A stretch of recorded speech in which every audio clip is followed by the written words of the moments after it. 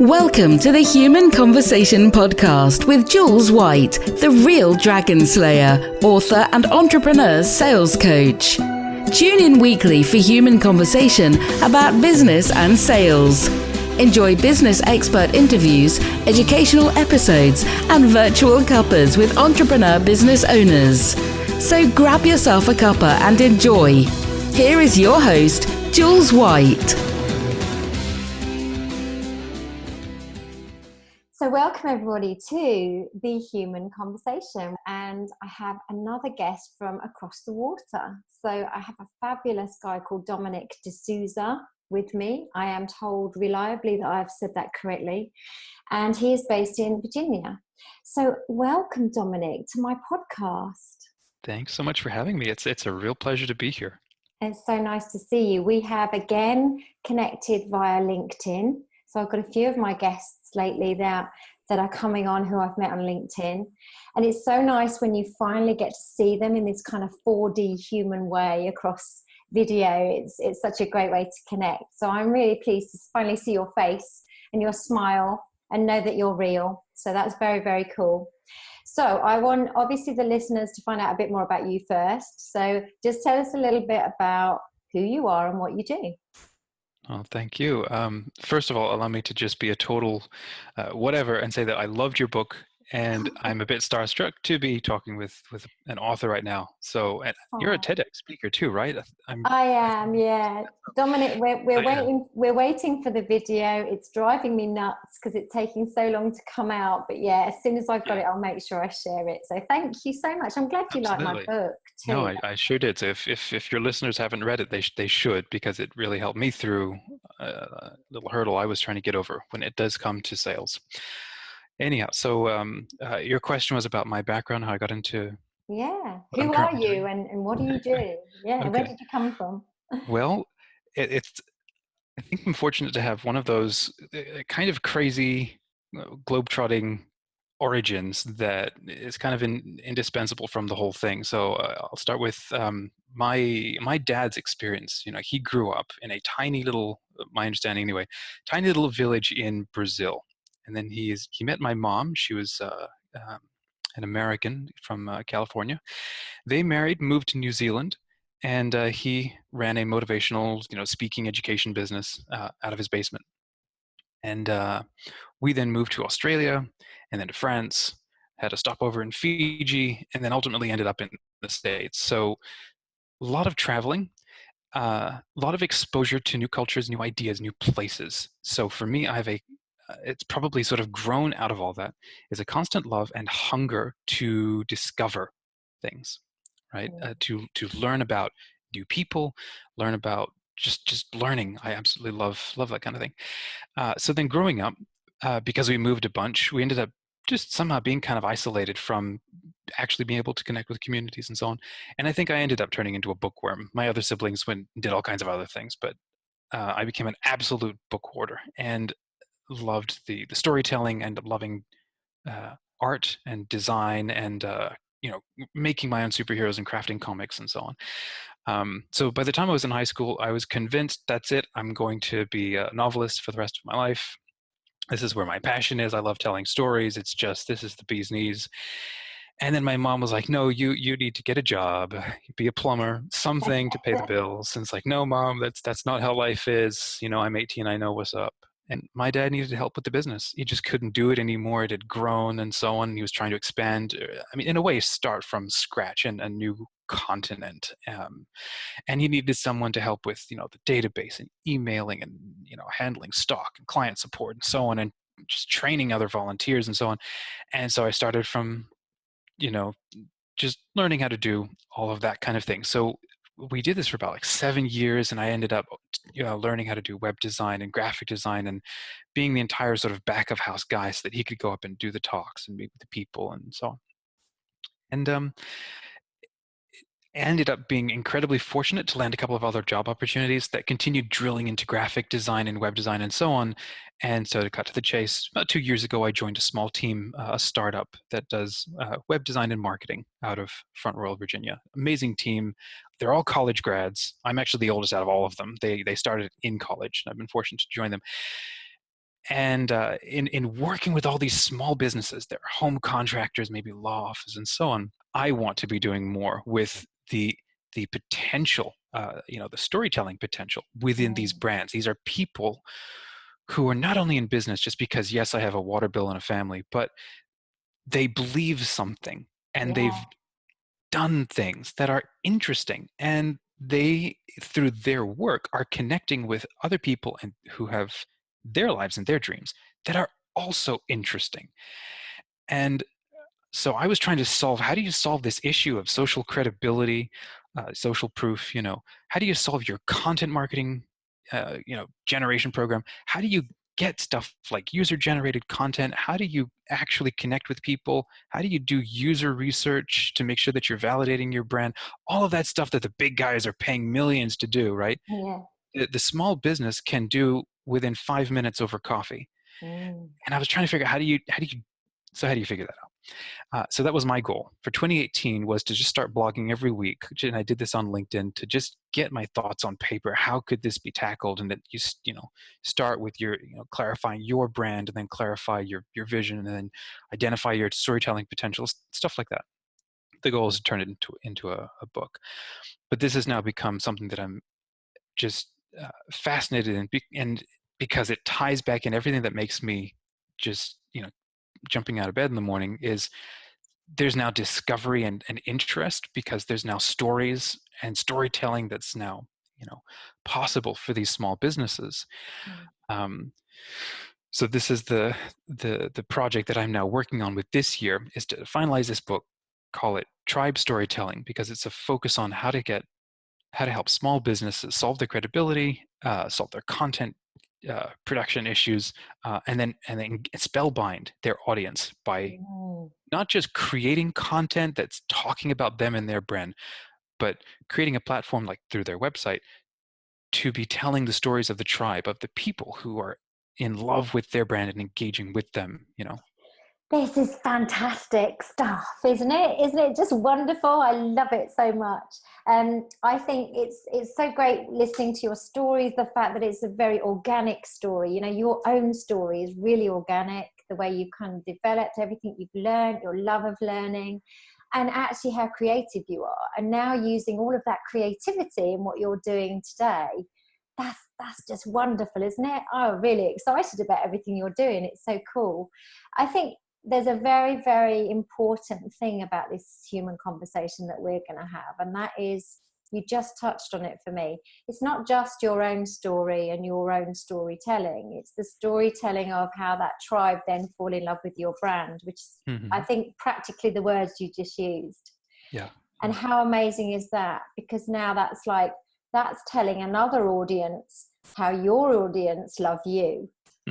This is awesome, isn't it? That's one of the reasons why I loved your book. That's the best kind of selling. That line from Seth Godin where he's like, marketing is not something you do at people. It's something you do with people. And it took me like a month to try to understand, because he's coming from a worldview where that makes sense. And I needed to try to get my head into that worldview. And that's where working, consciously with your tribe from the get-go, there's a framework in place for how you make this work, and you stop trying to go viral. You start trying to go tribal. And I like the point that you made about using your brand instead of a platform to broadcast at people, which is what we're used to after a century of huge businesses just doing that to us, and we not having any ability to do anything about it. We just had to take it on the chin and just buy whatever soap they showed us. But now we have social, now we have live video, now everybody has a smartphone and HD video, and everybody is a critic in a second for every restaurant and so on. So it is as it always was. You have to deliver a fantastic experience, a fantastic service.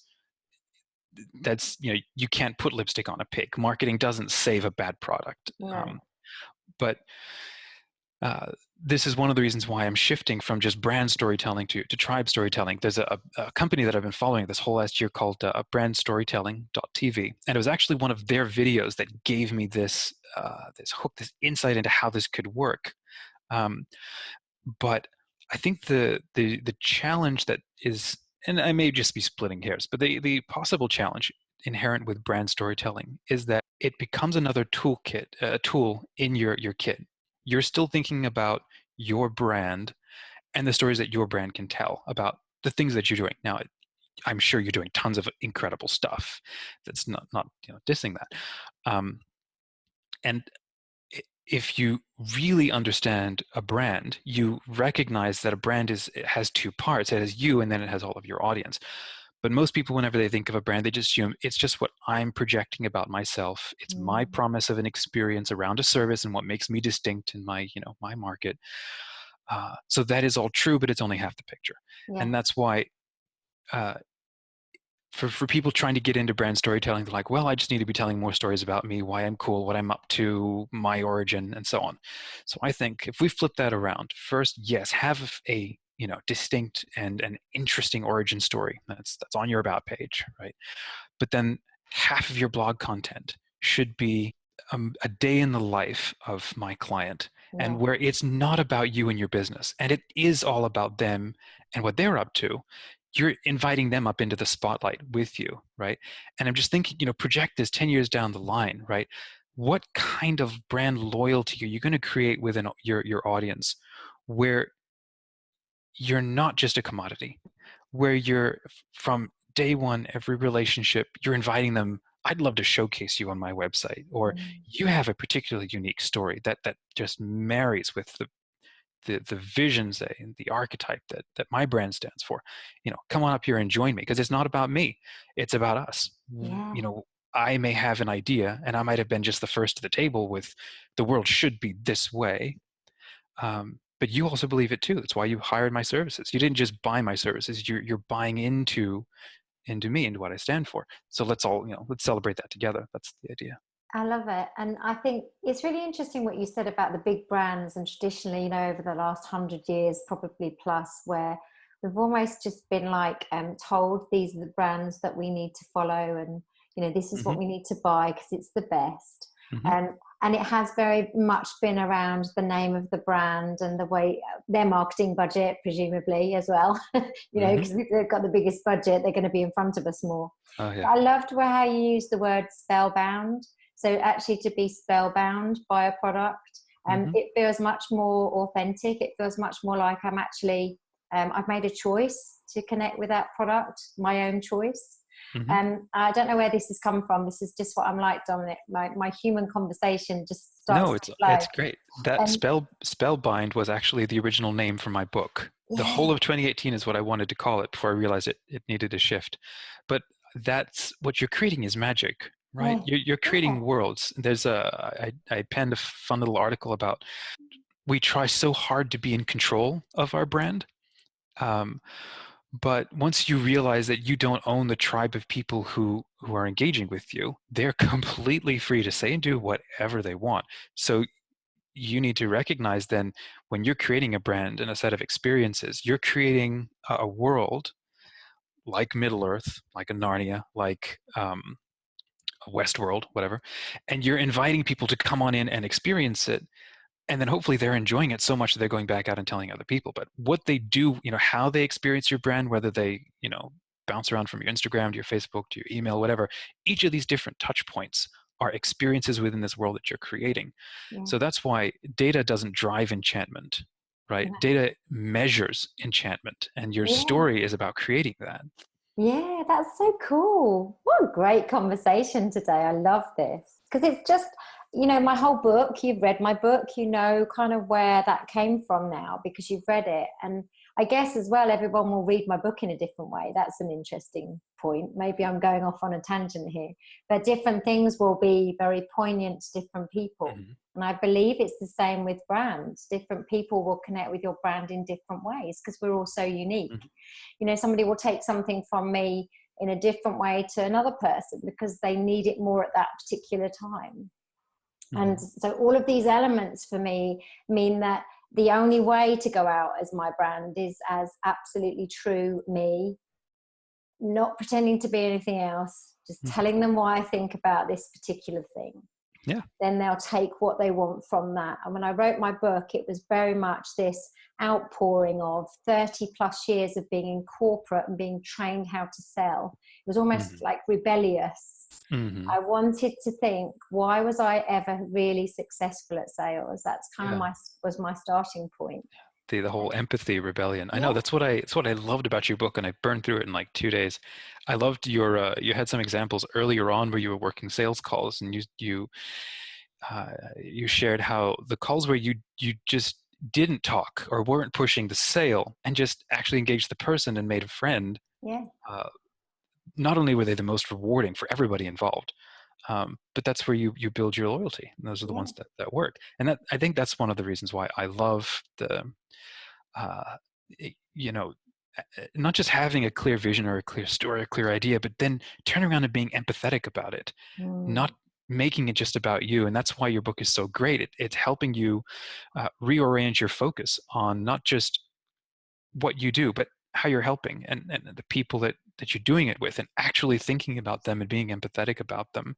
And I think that story, and this is why DreamWorks is, this blockbuster, and Netflix and so on, is the human thing, the human person. We have a craving for storytelling, for sharing stories. I think it was, don't quote me on this, but Netflix accounts for 40% of evening time internet data. The constant hunger either to get away from a situation or to enter into somebody else's experience or something. It's all of the research and so on about how our neurons fire and how we respond and so on. But it's storytelling is a chance to participate in somebody else's life, someone else's experience. It's kind of like an out-of-body experience where you can learn and experience things that you could never go and do. And for some reason, whoever could answer why, it's catnip for humans.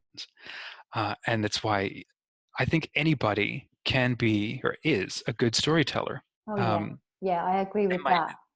Yeah, they might, say, oh, no, I can't, I couldn't hold a tune. But it's like, no, anybody can say, what happened in the market last week? I was just bumping into this guy and he had his bag of cronuts and you wouldn't believe what happened, right? Boom. Well, what? Something as simple as that. You find a way to help your audience start sharing those stories with you. And all of a sudden, you're now creating a community of people around your service, so that when your visitors come to visit your site, they're your ambassadors. It's like free advertising. They're marketing with you. You're getting to see these individual people. And if you're talking about hyper local businesses like a roofer or something, you're probably going to bump into that person or see them, and now they're maybe a mini celebrity, right? Yeah, now they're real. It's a real person. But when you're talking about Netflix, it's really interesting because I've got a 14-year-old son. My regular listeners will know about Sam. And Sam will sit in the evenings and he'll watch YouTube. That's quite huge for him. He learns so much from YouTube. And again, although it's not the Netflix type of stories that you've just mentioned, it's still entering into this world of other people. It's still looking at, what do they know that I don't know? And stories, for me, there's so many different ways to do storytelling. It's not just that kind of hero's journey stuff, which is great. There's a whole host of different ways that stories hit us, and they hit us on that emotional level, which is why we connect so well to them. I mean, I love this conversation because I think it's actually really, really important for businesses now to start thinking about actually, how are you storytelling and how are you relating that with your tribe? This is what I love about it.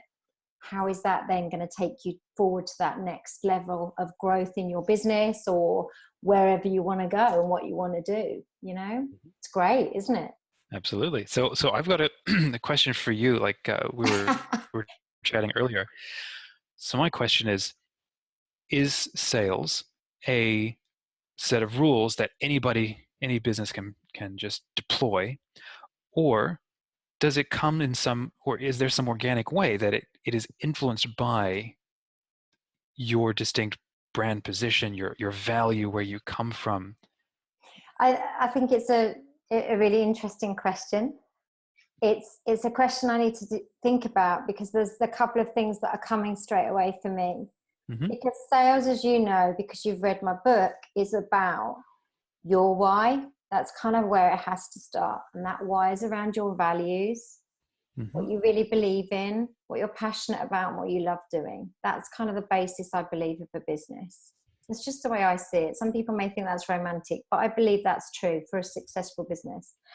That then has to connect with the values and the beliefs and solving the problem for your ideal client. So those two things have to connect. And for me, it doesn't matter what your brand is and what you sell and what your market is and how far you're selling, whether it's global, local, whatever it is. I still truly believe, and I've taken a long time to strip this all back, that it has to start there. It's very simply that connection between you understanding why you do what you do, the beliefs and purposes, not just because you want to make money and retire and buy a yacht. This is that belief and purpose of why you want to go out and do what you want to do, connecting that with the solution you provide. That's sales, and that's often the bit of sales people miss, because they go straight in for, here's what I'm selling, want to buy it. Mm-hmm. And they've missed all of that stuff which connects you. And for me, that's where storytelling sits so beautifully, because that's one of the beginnings of that connection. And as you quite rightly say, storytelling goes right through live it, love it, sell it, through every section. Did you notice that? It's not just one part of it. It starts at the beginning, your personal story. It's in the middle, your why, the connection. And it's ongoing when you're selling to talk about it, then your tribe storytelling on your behalf. Mm-hmm. I don't know if that really answered your question, but my whole thing around sales is, for me, it doesn't change, and it doesn't have to change. It's always about this important foundational stuff. Mm-hmm. Exactly. There's one, yeah, I love it. There's one company that just come to mind about how, I don't remember his name, but he's one of those guys who is about like being radically honest and radically helpful and whatever. And he's an amazing at whatever he does. But if people are looking for something a little more, he'll refer them directly to his competitors. He'll tell them, just go work with them. You'll be happier there or something. And I remember reading that, thinking that who does that? Who actively refers people to their competition because they know that they're going to get a better experience or whatever.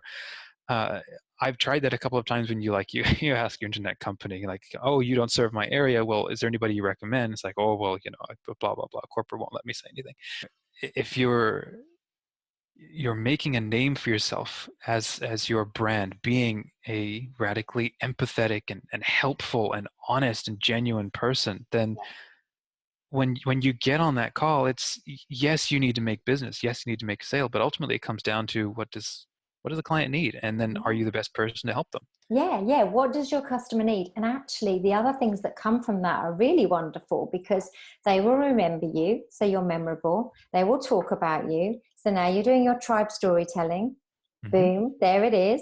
And even though they may not need you, or you can't serve them, that next person they know does need you, and you can serve them. And all of a sudden, you've now created another connection that you would never have created if you hadn't have done that genuine, empathetic, giving stuff, that we can all give and we can all do. I naturally want to work that way. That's my integrity. That's how I want to go out into the world.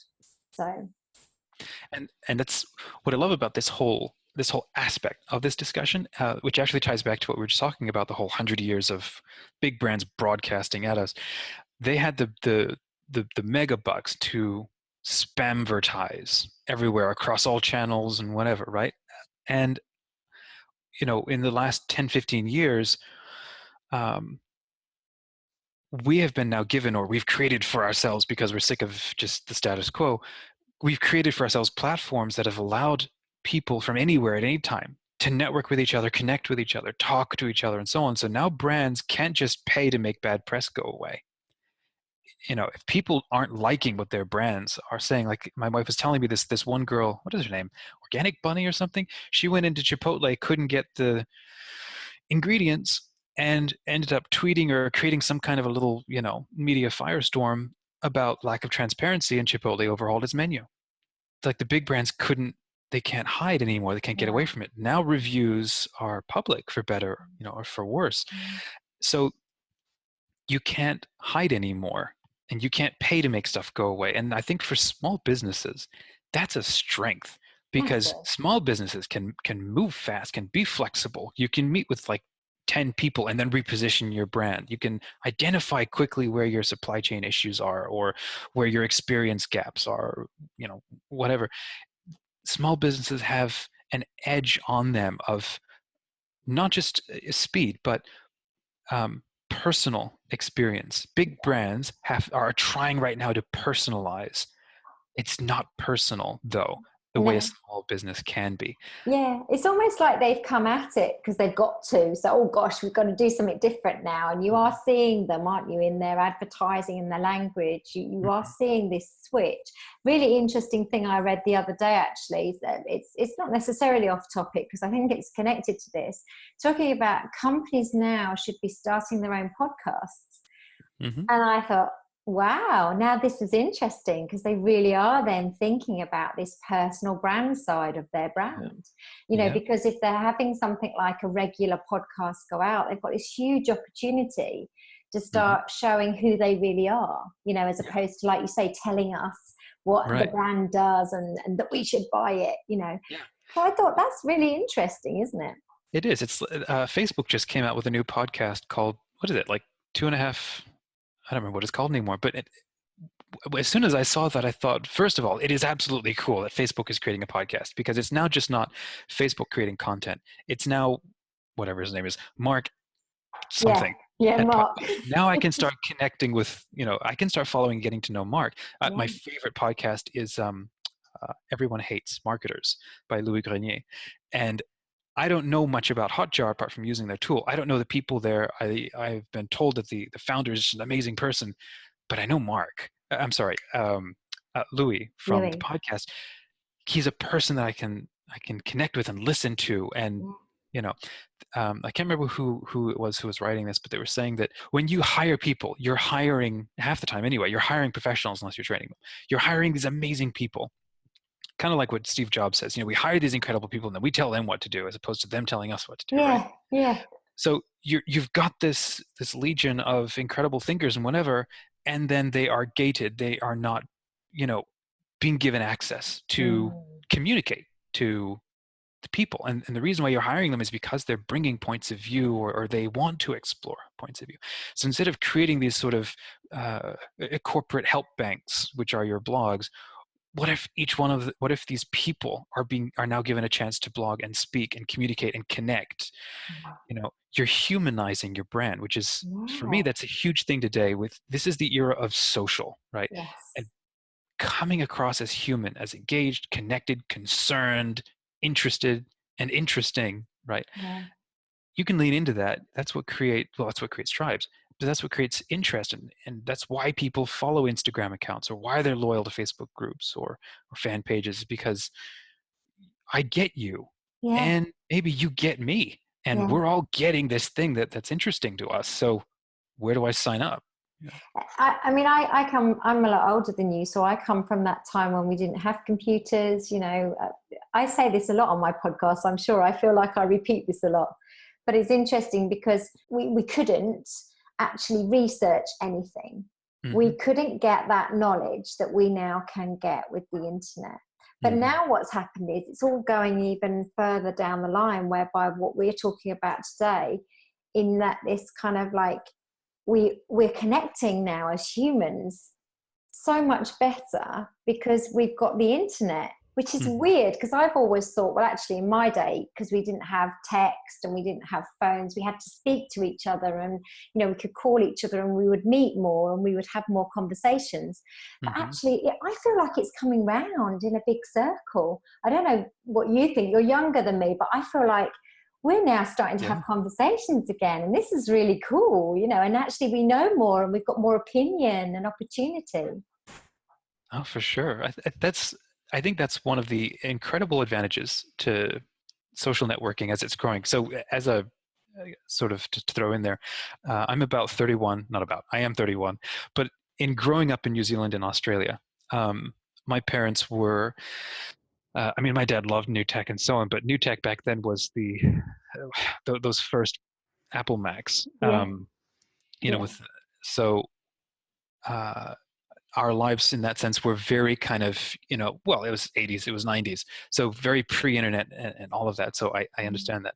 Mm. Um, much more of that whole community focus and the phone, and you want to do something, it's like it's hard. You have to you go to the library, of course, but you might be dealing with outdated information, and Yeah. it's hard to find people who directly uh, are looking for you. So that's why we created social media. That's why social net was created, was because we now have a world of people just disparate, separated everywhere, and we want to find people who think like us.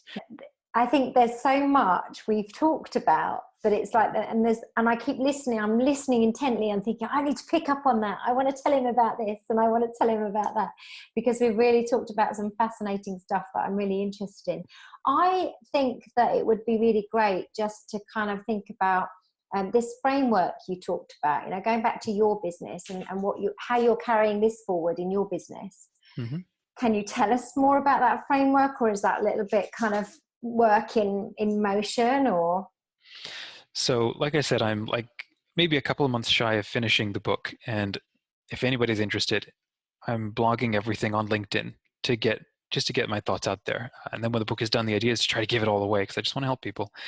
But the methodology for the framework is actually something I learned when I was working for a private school out of Virginia. It was a homeschooling program, and they had a monthly magazine that went out to all of the families. But right in the center was always the featured family section, and that was an interview with a curated list of families that reflected the brand and so on, because there's all kinds of people and you can't tell every story, but they picked the ones that from a variety of kinds of families and backgrounds and experiences and so on, and told their story, where they came from, what they valued, what they were trying to accomplish, and then how this program had helped them get there, and then what they liked about it most. And now here's the future that's now possible to them, or whatever, or here's the amazing things that came from it.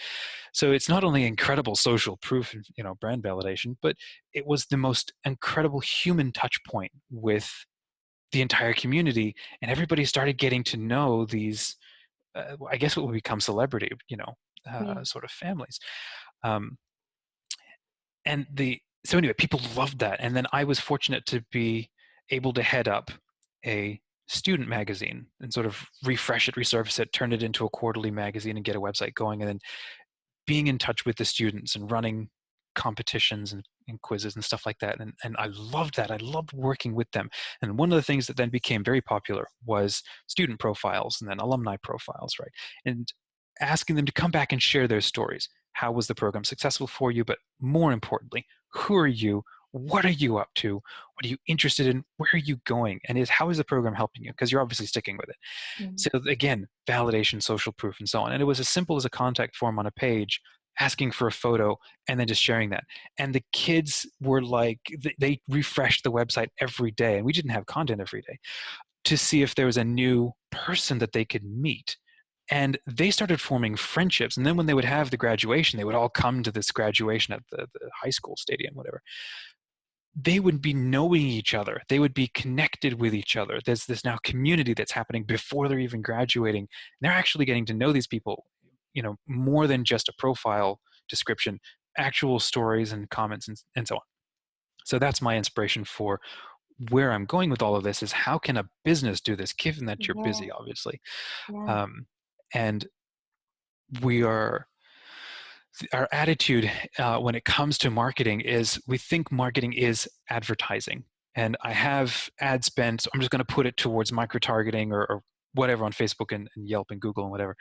But marketing is not just advertising. Advertising supports your marketing, but marketing is every single thing that you do, every phone call that you take, every job that you go out on, every person that you meet and smile. It's not just your business cards, but it's your communication. It's the emails that you send, all of that, because marketing is the communication of your value, your product, which means every experience a person has of you is either confirming or your value, or causing them to reject it. So basically we need to stop going after trying to find 1 million people and filling your funnel with 1 million new leads and so on. But if you're focusing on the whole 1,000 true fans approach, right, of the 1,000 people who are absolutely gaga about you and are willing to follow you and buy from you over and over and over again. So if you're a small business, that is ultimately all you really need. Yeah. You don't need the churn. Small businesses can't handle things like breakage and churn and bad reviews. It needs to be amazing and loyalty building and not a commodity. But the businesses that create that human connection, that human experience, that's ultimately what it's all about, is the human connection. Mm. So the framework then to make this all happen, this is how it's building in my mind, and I'm working with my team to see if we can start implementing this now. The way I see it is simple. You're looking for 12 stories.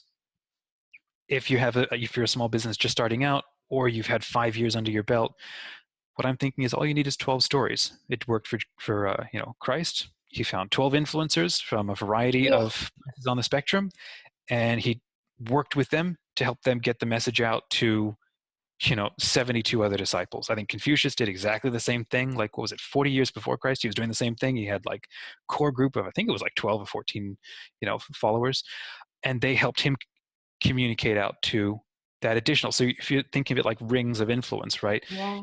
You can't expect to be directly engaging with and influencing and making deep friendships with everybody. But if you bring in 12 people to be your ambassadors, 12 people who are absolutely in love with what you do, you take those and you put them on your website. Now you may end up getting 15, 20 stories, whatever, but you want to cycle them out till you get the 12 that best reflect your brand, best communicate who you are. And most likely they're probably going to be people who are just like you, because with most small businesses, your brand is you. It's your heart, your passion, how you see the world, how you like to get stuff done. So you want to find the stories that reflect that, because those stories are now going to help you go find other people who think just like that. So that 12 helps you find your 72. Yeah. They might be like 80% engaged, but that 80% is like, they're coming on the warm referrals of your 12. You win over that 72. You're now able to reach that 1,000. Yeah, I love it. And it makes sense, doesn't it? It makes complete sense. And then surely then you're actually doing business with the right people. You haven't got to try and do something different. You haven't got to try and pretend you're doing, or you can be somebody that you're not, just to satisfy them. Oh, yeah, exactly. Fabulous. I'm sort of breathing going, great. No, but it's so, for me, it's just fun and fascinating, because for me, everybody loves Netflix, right? We love YouTube. We love following our Instagram influencers and so on. So what if your brand, and I'll credit Andrew Davis with this idea, who wrote the book Brandscaping, but he has this, paraphrasing, what if you created a Netflix for your brand? What if your blog was not just content and freebies and tips and whatever, but what if, and I think Gary Vaynerchuk has been pushing this for a while. He says, you're not just a roofing company, you are a media company that does roofing, right? And that shift, because social is built around stories, it's not around selling. It's called social media because it's where you go to be social, for a social hour, happy hour, time around the water cooler, not running into everything, trying to find business. I know that's what we need, and I deeply get that. We've got mortgage and medical bills, but nobody else cares about that. But they will care, or they are interested, if you can give them a story that maybe they can then share that makes them look interesting, or gives them a chance to be excited about something you're interested in, right? Yeah.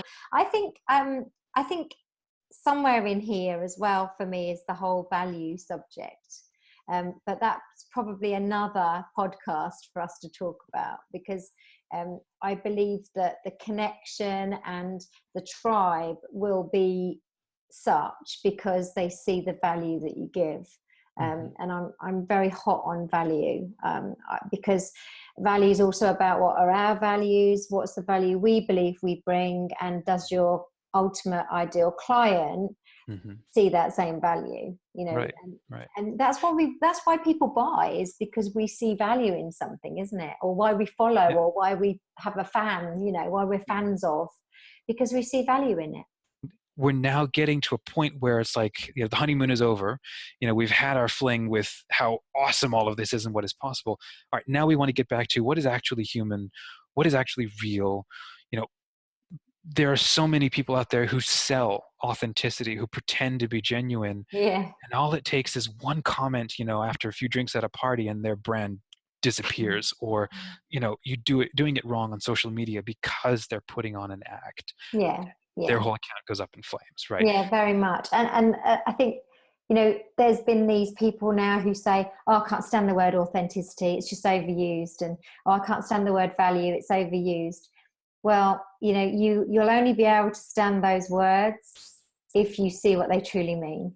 Mm-hmm. I'm not going to stop using them because they trigger you, because I truly mean them when I use them, and that's the thing. Let's not lose some of these words because now they've been overused and they trigger people. Mm-hmm. No, I wrote a blog about this actually because I got frustrated because I said, I actually want to use the word authentic because for me it means something. We now have like Gary Vaynerchuk says, our BS filter is like way up here now.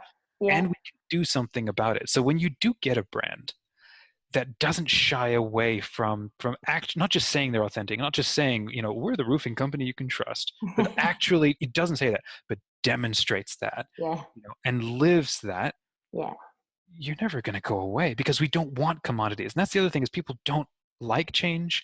We don't want change. I was just talking with Peter Beckenham the other day. He's a fantastic coach who lives out in Thailand. He's an amazing guy, Australian.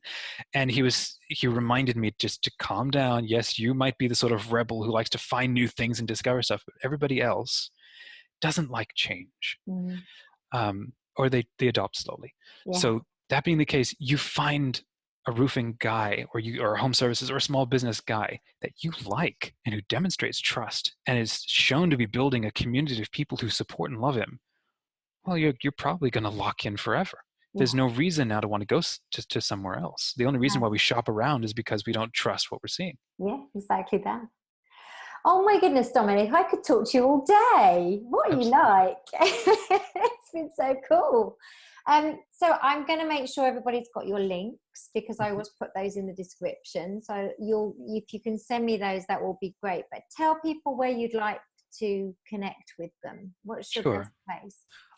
We can just connect on LinkedIn. So if you search for Dominic de Souza, actually, if you search for tribe storytelling, I haven't done this, but I'm assuming I'm the only person with that phrase. Yeah. I'll show up. I do have a website, dominicdesouza.com. It's just a simple little placeholder about me. But LinkedIn is where I like to spend a lot of my time getting to know people, having like 15-minute meet and greets to talk to them and humanize the networking, process. Yeah. And I would absolutely recommend that you do contact Dominic because he's an amazingly interesting guy, actually. I've really loved this conversation. It's been wonderful. So look, if you've been listening to our conversation, I think it's been really fascinating. We've certainly covered a lot of aspects. You'll be able to hear it very soon on all of my channels. That's SoundCloud, Spotify, and iTunes. Please subscribe and like because we're having amazing conversations here on The Human Conversation. And I'm also now putting it on YouTube because I have my YouTube channel that I am growing this year. So you better see us having this conversation, which is even better human connection there. Thank you, Dominic, for joining me. It's been wonderful chatting to you too. Thanks very much for listening. Ta-da for now. You've just been listening to the Human Conversation podcast with Jules White. To find out more about the other work that Jules does, please visit her website, www.liveitloveitsellit.co.uk. And if you enjoyed the podcast, then please do leave a rating and review on the platform you use to enjoy her show. Thanks for listening and see you next time.